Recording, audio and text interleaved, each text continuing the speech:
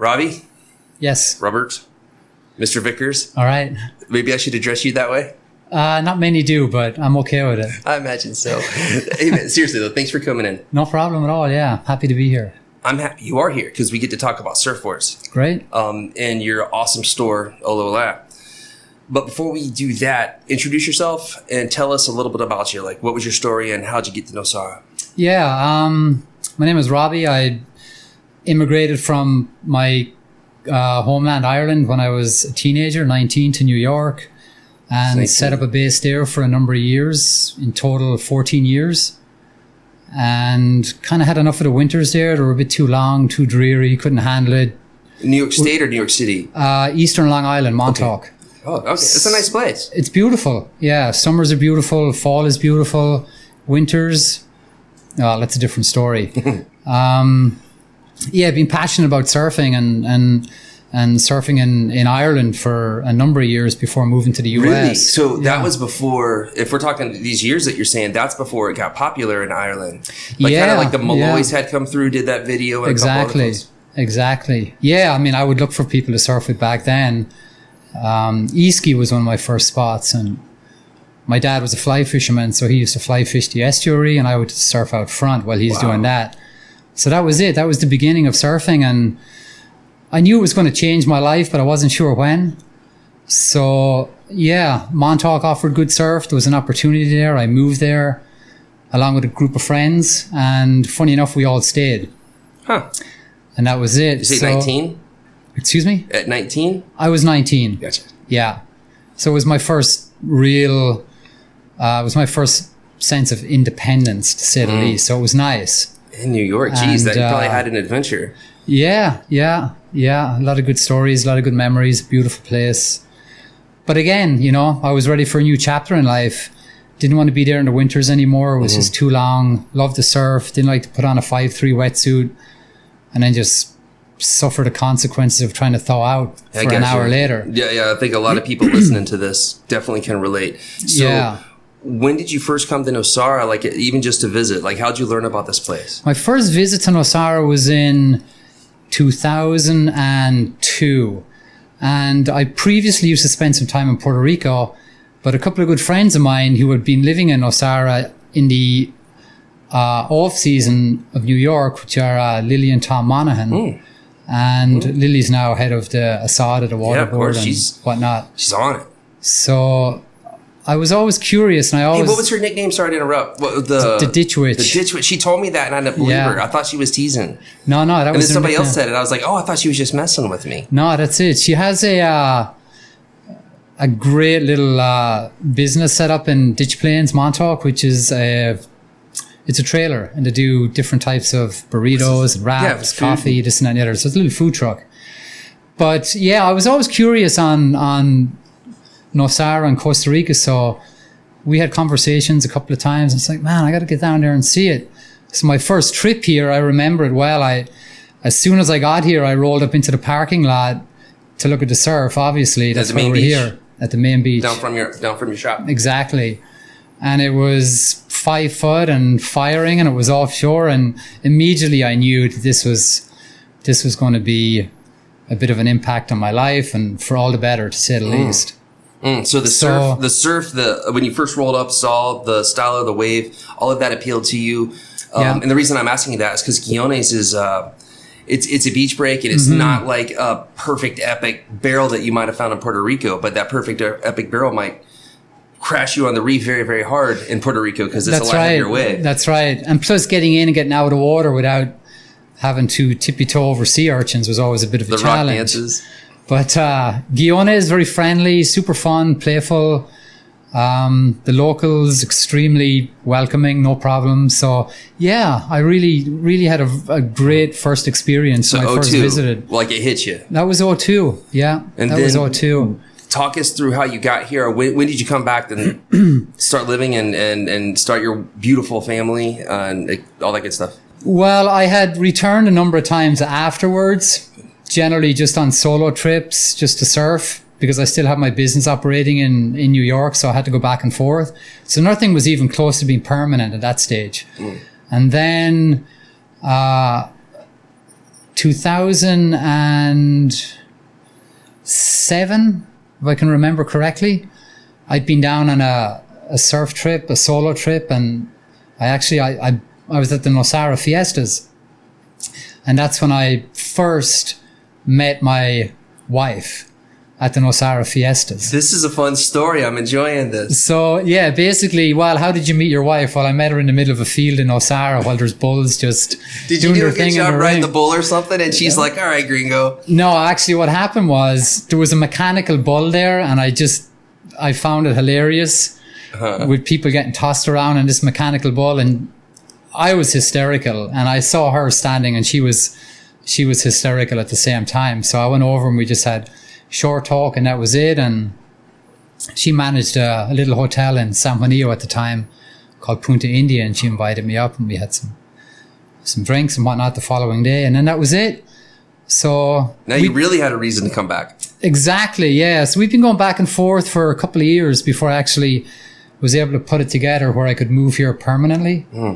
And that's what I did in 2008. I moved here permanently. Yeah. Right on. And, and that was it. About 11 years ago, coming up on. Yeah. Once you got here, you had to find a way to stay or exist. So what'd you do? Because that's always the question is how do you, it's easy enough to get here. How do you make it though? Unless you have a whole bunch of money. Yeah, absolutely. Well, I just wanted to enjoy myself for a few months. So I remember when I sold my business and I sold my home and everything else in New York, I left with nothing. But I already had my home in Nosara, which I already built previously. So I just realized that I don't have a place to live and I don't have a job. So I'm going to move to Nosara right now. And we were going back and forth. My wife's name is Nella, by the way. So myself and Nella were going back and forth, what should we do and what's the safest thing to do for now? And we figured we'd introduce a business that was needed in Guiones. So, and again, knew nothing about retail, merchandise. It was something I was never introduced to beforehand, and neither was she. So we put together a small little supermarket because everybody needs to go to the supermarket to buy their provisions on a daily basis and whatnot. So that was needed, and I was really happy when you guys did that. Yeah, you guys are set up across the street. Well, it fit a need. There wasn't much to go to. Now Organica has gotten bigger and expanded, but it wasn't like that back then. There used to be Zen Cafe. I remember Ryan, all that? Ryan, so Zen Cafe, yeah. I miss Ryan. Yeah. And his dog. He's a character. His big-eared dog. Right. You remember that? I do. Yeah, I do. Funny. But anyway, so it was kind of Zen over to there, but there was nothing. You couldn't even buy a drink or a snack, and people asked all the time, and you guys filled a need. Yeah, we did. We filled that little void in that particular area. But even when we started that business, we both knew it wasn't going to be a long-term. We both knew it was going to be, again, just another chapter in our lives, and it was a 5-year plan. So we ended up doing it for 6 years. I did it for 5. My wife did it for 6. That gap between 5 and 6, for me, I was just really busy putting the whole concept of our established business today, which is Olo Alaia Surf and Brew. Right. So thank you for the background. That'll help people get to know you. Let's move on into Olo Alaia, because that's it's awesome and we love it, and it seems like it's working out really well. I think your business plan and your products are brilliant.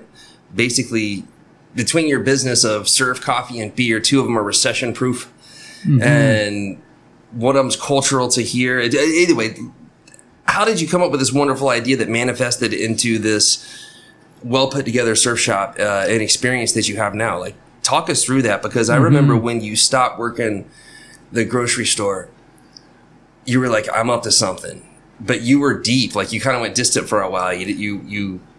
I did. I basically disappeared, and I was in, we used to have a little office at the supermarket, and I basically just set up base in there for a year. And my whole idea was, I had already created and delivered a business that was needed, and it was very well appreciated. A couple of years later, there was a couple of more supermarkets, so it was no longer needed in that area, and I no longer had any interest in doing it. Oh, you also hit your time frame because you guys had planned that as a 5-year. Exactly. So it worked out. But getting back to answering your question, you know, what really initiated the idea of creating Olo Alaia? Well, again, I love to surf. That's what brought me to Costa Rica, and that's what brought me to Nosara. I love to drink good coffee. I drank a lot of good coffees in New York, and I love to drink good beer. So getting away from you're just interested in these things, essentially. Well, yeah, I mean, I'm passionate about all three of them. Nice.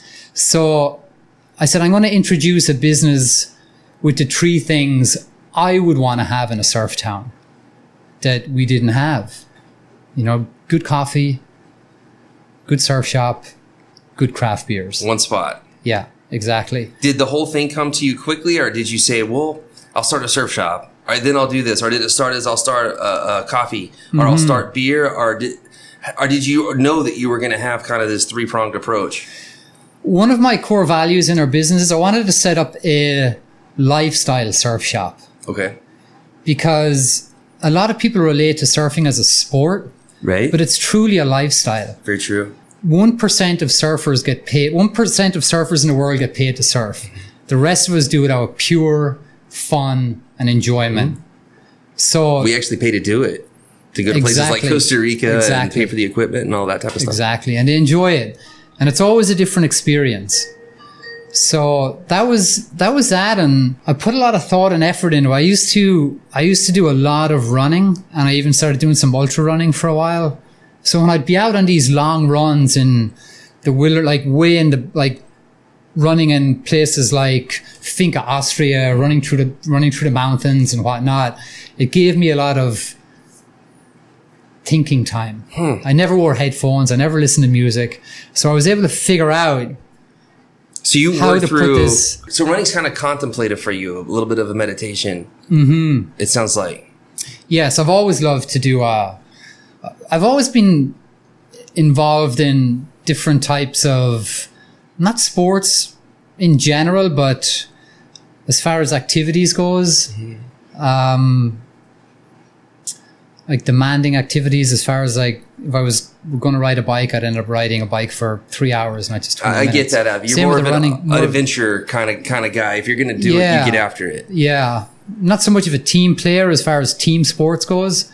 And again, surfing is, I mean, you're on your own and you're enjoying it. And it's, a lot of it's got to do with just that little piece of solitude wherever you are or what you're doing. So running was one of them at that time. Surfing, I put more energy into that right now because it's definitely my true passion and always has been. But it was surf first, and then it kind of evolved over a year or two, or had you been thinking about it for years? No, over a number of years. It was surf, but the surf was never that consistent.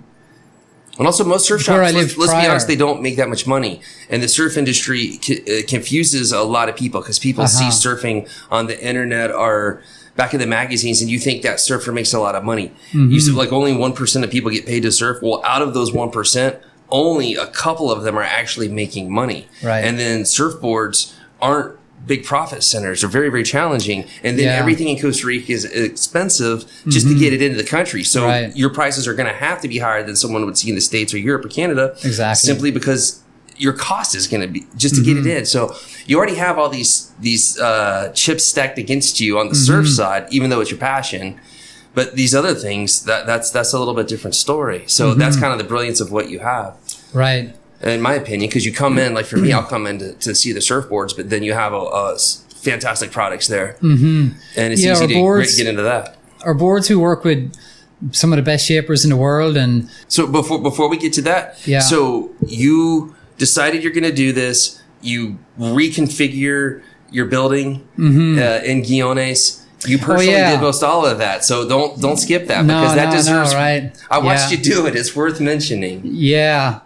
Again, when we shut the business down, the existing business, or not the existing, the business prior, which was the supermarket, we just emptied everything out of it, and it was a box. So we needed to do a complete renovation on it, and I did it myself along with a good friend of mine, Pino, who's in New York. He came down for a couple of weeks and he helped me lay the floor. So everything that's in the shop, like as far as the wood floors goes, the timber shelving, anything that merchandise is displayed on, all of the materials was milled from local material. Flooring, for example, was sandal wood, but you can't just go around and cut down big, beautiful sandal trees because it's illegal. In Costa Rica, Manai will shut you down. But I happened to find 3 of them that actually fell down because they were so close to a river and the roots washed out and the trees fell. So I was like, okay, I'm going to do this. I'm going to build this business from literally the ground up. And I wanted to have some serious roots. So we bought the trees. We milled all the material. We dried it for 11 months and we tongue and grooved all the floor. And then when the material was ready with 5% moisture left in the material, we laid it. So it's definitely got a lot of, the work that went into it has a lot of significance and meaning to it. You touched every corner. Yeah, we didn't, and again, it was an extremely enjoyable process going through that. It was incredible. And sometimes when I look back at some of the old videos or the photos, it says, wow, yeah, that was an incredible little journey at that time. And then seeing it evolve into what it is now, where it's been very well received by the community, very well received by the people who come down to visit, whether it's people just coming in for a cup of coffee, whether it's people coming in for a beer, to buy a surfboard, to buy a t-shirt, to buy a hat. We just want everybody to enjoy our space. Got it. So let's go back to the coffee for a second. Mm-hmm. What makes your coffee different? Like, what's the story on coffee? And I don't drink coffee. Disclaimer, as you know, I'd be uncontrollable. Like I already have way too much energy and I need to settle down. So I can't speak from personal experience, but my whole family, including my wife, my kids, even are drinking your coffee. So something must be good about it. Well, our coffee, again, all our beans are really, they're selected. They're selected by, we work with 4 to 5 coffee roasters and purveyors in Costa Rica. Mm-hmm. And that's what these guys do. It's not, none of the coffees that we serve at our shop are coffees for export. All of these coffees stay in Costa Rica. So none of it's mass produced whatsoever. And they're sourced in Costa Rica? All of the coffees, or do you have some other exotic flavors? No, they're all of our coffees, all of our beans are grown and roasted in Costa Rica. And I imagine you spent a little bit of time qualifying and figuring out the direction you were going to go. Yeah, of course. Coffee has always been, well, for many years, it's been the cornerstone of, or the keystone of Costa Rica. Mm-hmm. Coffee, bananas. It's one of their biggest exports. Really, fruit, bananas. Coffee's enormous. And also, it's having a resurgence. Like a coffee, in 1990, 1995, people had coffee, but you went in the Minute Market and got one of those little cups of coffee. Now, there's boutique coffee stores everywhere, an explosion of Starbucks and places like that. It's become a whole massive scene. Right. Now, it seemed like Nosara was behind on that. And again, you filled a need and a want that people wanted, which is Costa Rican, really high quality coffee, not just mud. Right.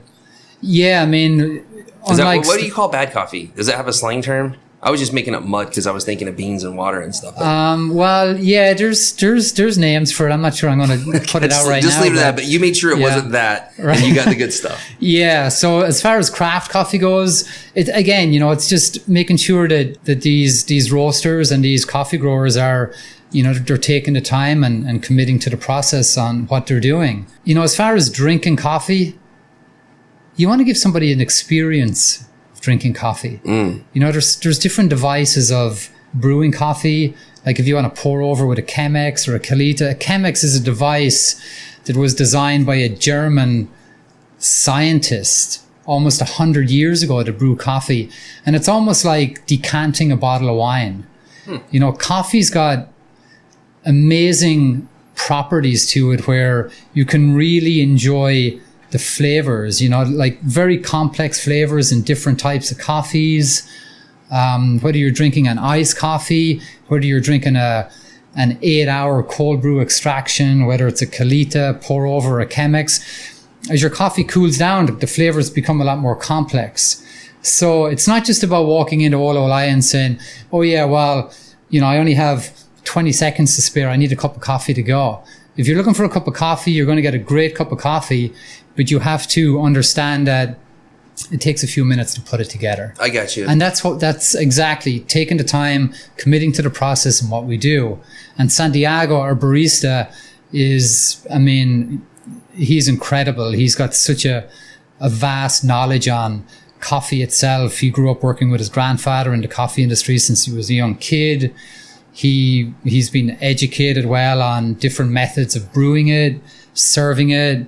He loves to teach people and educate people on what they're drinking, the properties of the coffee itself. It's endless. I mean, I could go on forever because again, you know, it's you could compare coffee to the fine wine industry if you wanted to. Yeah, that makes sense. So he seems pretty driven too. So he is. He's very loyal. He's very driven. He's passionate about what he does, and he takes his job very serious. He does seem serious. He is. I didn't know he was nice.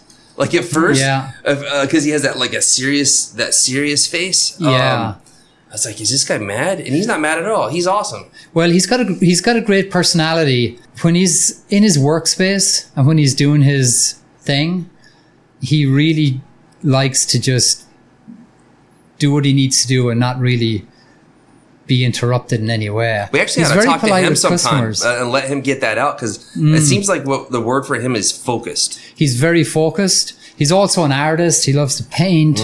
He's done a couple of shows. He's going to do another one at La Casa in December. So yeah, anything he does, he puts 100% into it. Yeah, right on. That was a really good one. So now let's talk about another segment of your business, which is beer. And you're passionate about beer. Tell us your beer story. How'd that all come about? Well, beer it's a huge part of my culture, of course. When I first moved to Costa Rica, I found it very hard to find a craft beer. You know, I didn't really enjoy drinking the national beers. Growing up in Europe, drinking beers. Now, when I was in the US for a number of years, I was drinking great craft beers, but it was difficult to find it here. And then a good friend of mine, Peter Gilman, who was living in Nosara at the time, he moved to Cartago and bought an old brewery and started making beer. He's progressed tremendously and he's got one of the best craft breweries in all of Costa Rica, and he's our only supplier of craft beer. So you found a craft beer here in Costa Rica that you like, you believed in. Did you know from the get-go that was the one that you were going to use? Yeah, I tried a lot of craft beers. And there was definitely a movement for sure, and there still is a movement of craft brewing in Costa Rica, but not all of them are good or great. Peter, he's true to craft ales. He doesn't really go outside the box. He doesn't do lagers. He does a couple of stouts and porters, but he really specializes in his ales, which are very good. And his brewer CS, he's a fantastic brewer. Their brewery is beautiful, state of the art, very well done. So get us to where you're at today, and what are your most popular choices? Like what do most people like? So if someone's listening to this, they're going to come check out Olo Alaia. What are your top recommendations, or what's the most commonly requested? Well, we have the 3 flagships, which is the 3 beers they initially brewed and continued brewing and still do. That's the red ale, which is a Segua. And then their golden ale, Libertad, which is probably their best-selling beer. And then they have the Scottish ale, which is Malacrianza. Malacrianza being named after a bull that was used in many fiestas, and that bull lived in Garza for the majority of his life. I think that bull's more famous than most people here. Right. It definitely is, actually. Yeah. They have a statue of the bull as you roll into town. That's right. I wonder what made that bull so angry. I just didn't like to be ridden. That was that's what he was for. They used him at the fiestas, and I had enough courage to get on the bull and ride it. Well, And if you got away unscathed, you were doing well. You were very lucky. Oh, he's hurt and killed people. Like that was a yeah. So you get a number a statue. Of people. That's really so they called the Scottish Ale I after can't tell if him. I should be laughing or not. It's just kind of funny. Like that, they were right. So now he has a beer named after him and a statue. Yeah. And then they do their seasonals and their specialty beers. Their specialties are very limited. So they'll do a couple of specialties every couple of months, but once they run out, that beer is never recreated. Their seasonals, they have a couple of really nice fruity ales. Like they have a passion ale right now that's made with maracuja, the passion fruit. They have a fantastic salted caramel ale, which is Marks and Mellow. Very nice, pleasant to drink. Again, all of their beers are low ABV. They're not high alcohol beers by any means. So you can actually enjoy them. You could have a couple for lunch. You could have, in the afternoons. You don't have to worry about... Right. You're getting back to the common theme of experience. Mm-hmm. You're really interested in the experience. Yeah. And coffee, you've diligently thought that through, and beer, it seems that way as well. Yeah. Now, can we move on over to surf? Sure. So, I'm a big dude, and I really like to longboard, specifically nose riding guiones. The reason why is because I think it's one of the best longboarding beach break waves on the planet, or warm water. Sure, there's plenty of points and there's other waves, but as far as consistency goes, and a place to come practice nose riding in our dry season, I can't think of anything better. And quite frankly, I think 90% of the populace out there are all riding the wrong surfboards. I agree. I really feel that way. And I'll have that argument all day with everyone. Heck, you and I used to argue about that. Because you used to have your Indonesia boards in your grocery store at the back. And I'd be like, why would you have that here? You should have left that there. So anyway, what I'm marching towards is you're the first shop that set up and said, hey, this is a board that fits that wave. Not just here's some epoxies that I brought in a container and chunked up there. Like you really, truly dug deep, man. Like you really did. You did the same, I don't know how much diligence totally you did for the coffee and for the beer, but I know what you did for the surf and you scoured everywhere. But so tell us a little bit of your story about that, because you didn't just pull out a catalog and order something from the local board distributor. Like, yeah, and that's something I think people should hear, because when people come in and they see the price tags on the surfboards, normally they're sticker shock. It's like, ugh. But if the people knew what it took to get that board here, and also the type of board that they're really holding, I don't think your average surfboard buyer, when they first saw an Almond, for example, a lot of people don't know what an Almond is. They're like, wait, this isn't an Almeric or a Lost, or a why is this expensive? Yeah. And now you've went from Takiyamas to Tylers to Bings to Almonds and more. So give people who are listening to this some insight as to how you built it this way, because you didn't create a shop to have the cheapest pop-out boards go out the door. It's just the opposite. Right. I really wanted to put boards in the shop that actually made sense for the waves we ride locally without compromising the fun factor. So I didn't start riding a longboard up to maybe, a year and a half ago. That was one of our old arguments too. Yeah, I was committed to surfing shortboards, and I didn't see any sense in any other board out there. I'm a shortboarder, and yes, I travel a lot, and I surfed in Indo with these boards and this and that and the other. But again, I live in guiones, love surfing guiones, but I was always struggling on conventional thrusters and smaller boards. So I did a lot of research, and initially I would call these shapers in California, like Matt Calvani at Bing, Tyler Hazikian at Tyler Boards and El Segundo LA, Noah Takayama, and so on and so on. But none of them really took me serious. Their biggest markets are Japan, certain parts of Europe, the US. And tell anyone listening why that is. The Japanese are willing to drop lots of dollars on beautiful surfboards. They also they love quality too. They appreciate quality. So like their wetsuits are fantastic compared to the Japanese. Yeah, they appreciate quality across the board. Everything they do is quality driven for sure. The same in the US. A lot like again, you know, another big market for these guys is the US, because they didn't have to worry about the logistics end of things to just ship it to New York or to North Carolina or to wherever. When you're shipping boards to Central America, it's a whole different story.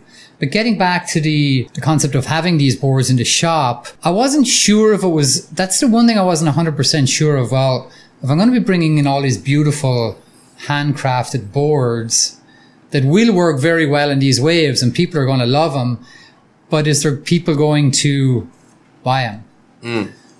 And it turned out that you know, surfing is a huge part of our lives.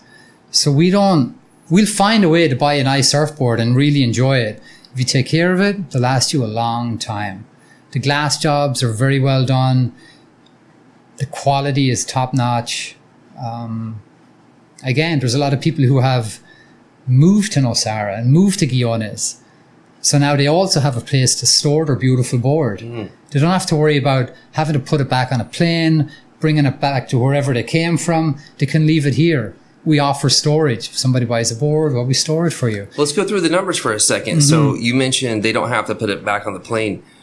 Why does that matter? Because for somebody who's just listening, they might not understand that it costs money each time you fly. And then also you have the danger of traveling with it, which I think is even worse than the cost. Because if you bring your one board you really want, it gets broke or a huge ding in it, you can't use it, then you just had to pay to transport it twice. Yeah, I mean, I know airlines have definitely worked with, well, they've gotten a little more flexible as far as the price on shipping boards, just putting them in cargo.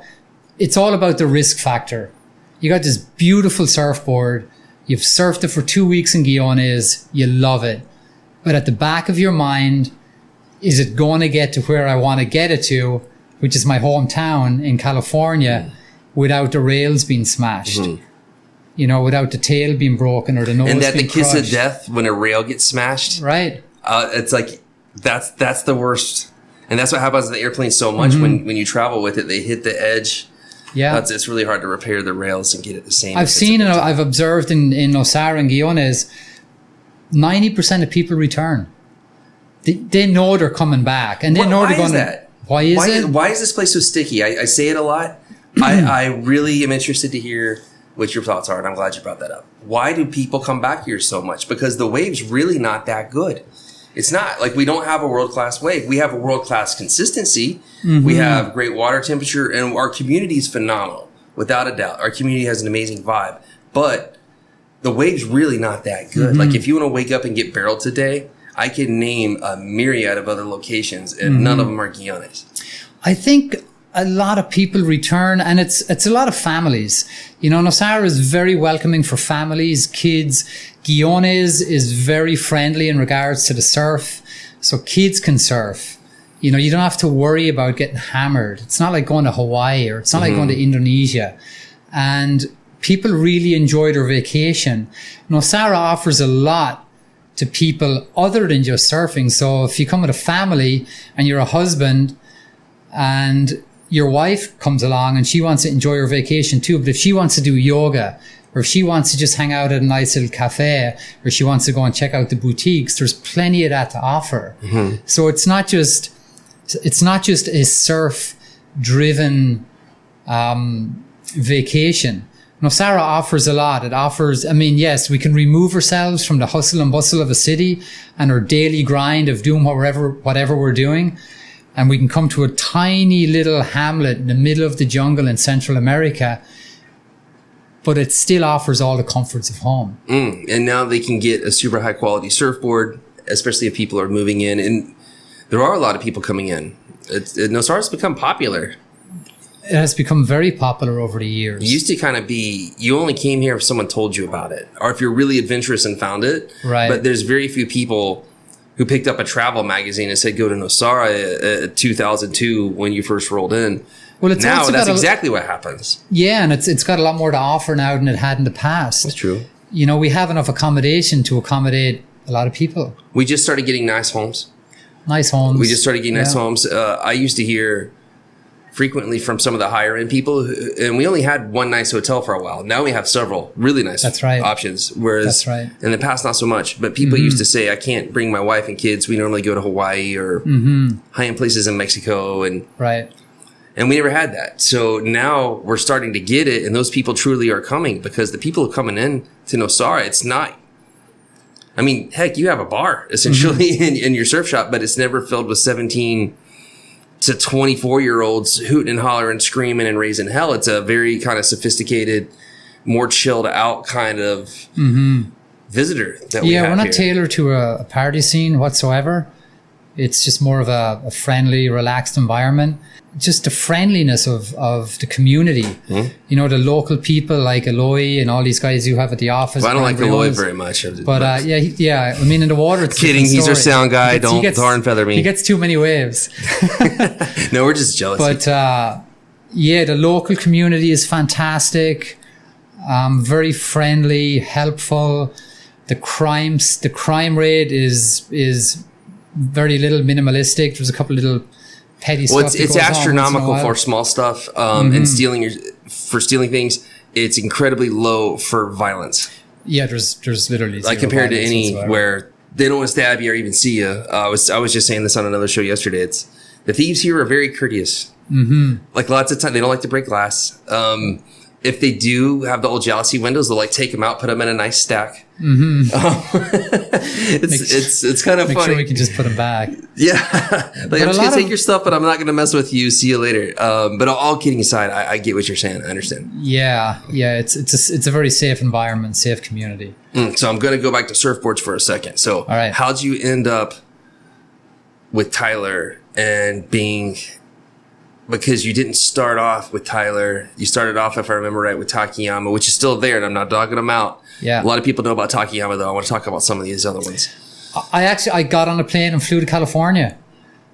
And I did it to satisfy myself in regards to the respect that these guys deserve in the industry they're involved in. It's an extremely competitive industry in today's market. Right.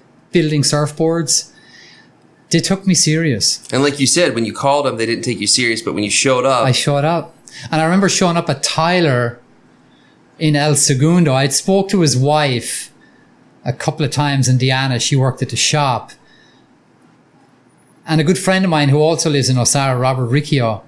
He actually shout out to Riccio. That's right. Yeah, He was with me the day we went to Tyler and the day we went to Bing. I always stay with Rob when I go to California. He's just a fantastic guy. Surfs great. So we went to the shop at Tyler's, and Tyler wasn't there. He was in a shaping bay, which is a factory. I don't know how far away, but when Deanna called him and said, "Hey, there's some guy, Robbie, here from Costa Rica. He wants to see you about boards." And the fact that he knew that I went there specifically to see him, he dropped what he was doing. He came and he saw me. And we've developed a great business relationship. And what I like about Tyler is that he's big. I'm saying he's sizable. I'm large. And to see a guy that big take that much care in his craft and then go out and surf it too, it's not like this faceless shaper. Like he goes out and does it. Like he goes and surfs the waves around there, thumping beach breaks without a leash and pulls in on his craft and yeah, he surfs El Porto. Yeah, but they don't break all that much. Like he makes a really good product. Like it's not a pop out kind of board. It's legit. No, none of them are. His product is fantastic, and he's definitely one of the best in the industry as far as color work, resin work, pinstriping. I mean, if you look at his 777 model and you see what he's doing, which I happen to have on myself, and I absolutely love it. I think Brandon has one too. There'll be a couple more 777s out in the lineup. I actually like, what was it? The Zeke? The Geek? The Sleek Zeke. The Sleek Zeke. He called it, he named that board after his dad. His dad's name was Zeke. I really like it. It had just enough concave under the front. You could nose ride it. It doesn't have like the big whopper. It's got a lot of belly in it, and then it's actually got a little concave in the nose, but it's got more parallel rails than the 777. 777's a bit friendlier to ride. It's the outline is a little curvier. I wonder why I like that Zeke a little more. Maybe the Zeke is beautiful. It was the first Tyler I've ever ridden, and again, thank you, Rob Riccio, for allowing me to borrow your tilers for X amount of months before mine was ready. Because with these guys, you know, you're not just going to order a board and have it in a month or 2 months. You're going to wait a minimum of 12 weeks before you get them. So are you trying to think ahead of what your clients will want and plan it out and try to get interesting colors, shapes, models, variety? Like, are you shaping that up for the wave here? Like, is that where your drive's coming from? Or is it, you know what, that one will sell because it looks cool, I'm going to bring it down? Like, are they wall hangers or people riding your boards is what I'm kind of getting at. It just, again, it's something to make sense to me. The price point on boards, whether you get a beautiful resin tint with pinstriping or you want to just go white, it doesn't cost that much more for this guy or any of these resin glassing guys in these particular surf factories building boards. It doesn't cost much more to do that artwork. So why not have a magnificent, beautiful looking surfboard that when you're done surfing it, yes, you can hang it on your wall. Or you could stand it up in the corner and just put the fin out. You don't see the wax on it. Well, you get pleasure from it both ways. You get to ride it and it is something you really enjoy. But apart from that, these guys like Tyler and the boys at Bing, Takayama, Tommy Moss, these guys, they love doing color work. It keeps their job interesting for them. Could you imagine building surfboards, but just building white surfboards day in and day out? No. That would get very old very quickly. Yeah. Creation. I mean, the mind loves to continue creating. That's actually kind of where this came from in my world, because I drive the same roads every day. I've been selling the same properties forever. This gives me a chance to talk about something I'm interested in. Yeah. And for them, that's kind of what you're getting at. Well, again, here's a customer that wants a 9.2 Bing levitator. Good board. Beautiful board. Surf's beautiful. Let's give them something different. Let's give them something beautiful. And you're bringing it down. So speaking of colors and Tyler fish. That's not the first thing that most people think of when they think of Tyler. They kind of think of single fin yellow and that movie from back in the day that I think was his. I think that's how I learned about him. Yeah. And I would think that most people probably did. That was a great movie. Fantastic. But now it turns out he makes a pretty mean fish as well. So tell us about it. Exactly. Again, Tyler doesn't just surf longboards. He surfs mid-lengths too. His twin fins, he also surfs himself. He builds very traditional surfboards. And his traditional twin fin is true to a traditional fish. The outline of it, it's got a very flat bottom. It doesn't have concave in it, like, for example, the new Bing concave keel. It's got a single concave that runs all the way through, right up through the nose. The idea and concept behind that is Matt Calvani wanted to keep a twin fin fish with a very traditional outline, but he just wants to make it a little more high performance and a little faster. Gotcha. So there's different elements and concepts to these boards. This particular model right here, it's a very traditional fish, opposed to what Gary McNeil is doing right now, who is an Australian shaper who's been shaping boards for Dave Rastovich for the past 10 years. But it's only in the past 2 years people realized that, what's those boards Dave Rastovich is riding? I've never heard of them. Well, they're Gary McNeil's. And Gary he's pushing twin fins to a whole different level. He's making them extremely high performance. He's making them faster, lighter, stronger. He's one of the leading guys now in building eco boards, which he uses a recycled Marco blank. He finishes it in flax. He actually, instead of using fiberglass, he uses flax cloth. Awesome. And instead of using synthetic polyurethane resins, he uses Entropy bioresins. Again, an extremely durable product that's environmentally friendly. And then the design work and everything is getting to be top notch too. So right behind you. Take us through here just real quick. Well, this is his RTT model, which is the Rasta Taurus Twin. And the idea of this board is, again, it's 100% eco. As you can see, the color here, you can see the fibers from the flax cloth. Yep. Finished in Entropy bioresin, which is a biodegradable resin. Twin fin. He runs this channel through the board from the tail right through the nose, and it's called a torus channel. Interesting. And the board's got a lot more rocker than that particular fish. The Tyler's a lot flatter. Yeah, it's actually more performance oriented than this guy, which is more traditional. Exactly. In the interest of time, I got to hit you up with a couple more questions because I know we both got to get out of here. So, moving on from surfboards, I'm going to ask you about Nosara real quick. Yes. Outside of some of the basics, what about Nosara is your favorite thing? Just real quick, just right off the top of your head. The community, number one. The people are just fantastic. Can't say enough about them. It's a fantastic place in the world to raise children. You have one or two of those? We do, yeah. We have a number of kids, yeah, all girls. They grow up in a beautiful environment. You know, again, it's just a giant playground. The kids love the beaches. So community, consistent surf, and the natural beauty? The natural beauty, yeah. And then again, you know, it's seasonal. So yeah, we get to work. I mean, we get to take a little time off at the end of the season, which is nice. All right, got it. So you like Nosara, obviously. What do you dislike about Nosara? What do I dislike about Nosara? Well, I don't like the fact that the roads are not properly maintained. Okay, so the roads, that's a good one. What else? The price of marchamo, which is a road tax. Oh, you're the first one so far. I asked this question to almost everyone. You're the first one to say marchamo. That's good. No, just real quick for people who don't know what marchamo is. Marchamo is a road tax that we have to pay to drive on the roads of Costa Rica, and it's based on the value of your vehicle. So, and it's not cheap. Even just a regular standard four-wheel drive vehicle, which we literally need to drive four-wheel drive vehicles here, especially in rainy season. Well, it's a hefty price, and we have to pay that by January 1st every year.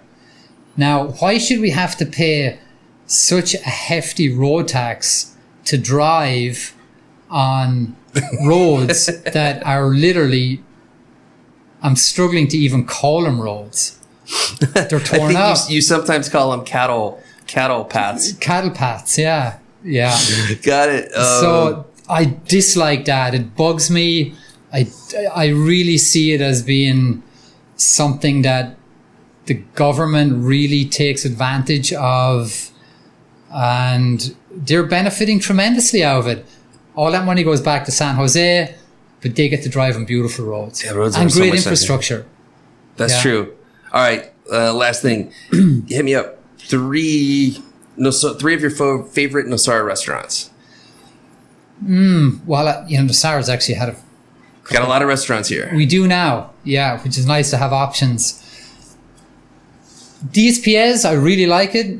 Oscar and Ramon, they're doing a great job. Consistent, very tasty food. I really like their buffalo chicken grill is pretty good. Yeah, they've got a good variety, which is nice. They do. Yeah. They do. A lot of good stuff. Their smoothies are insane. Yeah, and they do have good craft beers on draft too, which is nice. All right, so DSPAs? DSPAs, I like El Chivo, especially for Sunday brunch. It's very good. They got a good Eggs Benedict and a really good breakfast burrito. Yep, Matt and Joellen are consistent. It's the closest to Mexican in Costa Rica as you'll get, which is great. I love Mexican food. It's Empalada, which is really cool. Exactly, yeah. All right, what else? And I like Al Chile, which is directly across from the Harmony. They've got my favorite fish tacos. I was going to say, what do you get there? Fish tacos? Yeah. It's the only thing I eat there, and I really enjoy it. It's on a proper corn tortilla that they make from scratch themselves. Their salad is very good, and the fish is always fresh. All right, and then let's wind it up with this. If you could take 3 surfboards from your shop right now for the rest of your life, and they had to last you the rest of your life, what would they be? 3. 3. And you got to answer pretty quick. Okay. 5'8" Bing concave keel, okay, makes twin sense. fin. Good choice. Gary McNeil twin fin, Interesting. So because when the waves get a bit critical, you need a high performance. You'll get a performance shortboard. one, and then you'll get every day. Got it. And then my mid-length, my Tom.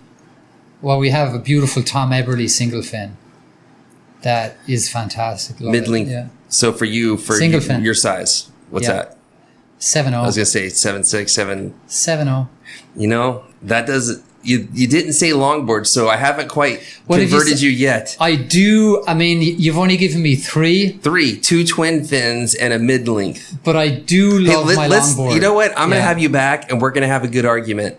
Okay. And I'm going to explain how important longboarding is, especially if you're going to live here. Right. It's crowded. The waves are soft.